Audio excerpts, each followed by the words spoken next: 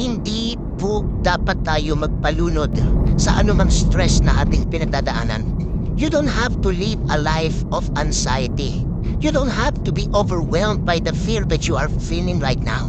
Anumang boses ang naririnig mo sa iyong kaisipan that is not aligned with the Word of God, meron kang authority para palayasin ang lahat ng ito kasi ang isip na yan ay regalo sa iyo ng ating Panginoon.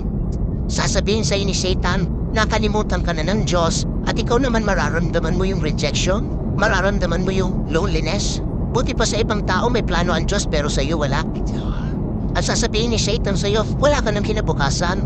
You are a mistake. You are a failure. But let me just say this to you mga kapatid, lahat yan ay pawang kasinungalingan.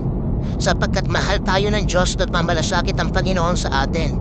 In fact, the presence of that voice in your head, na mga negative thoughts, is a sign that you are under attack.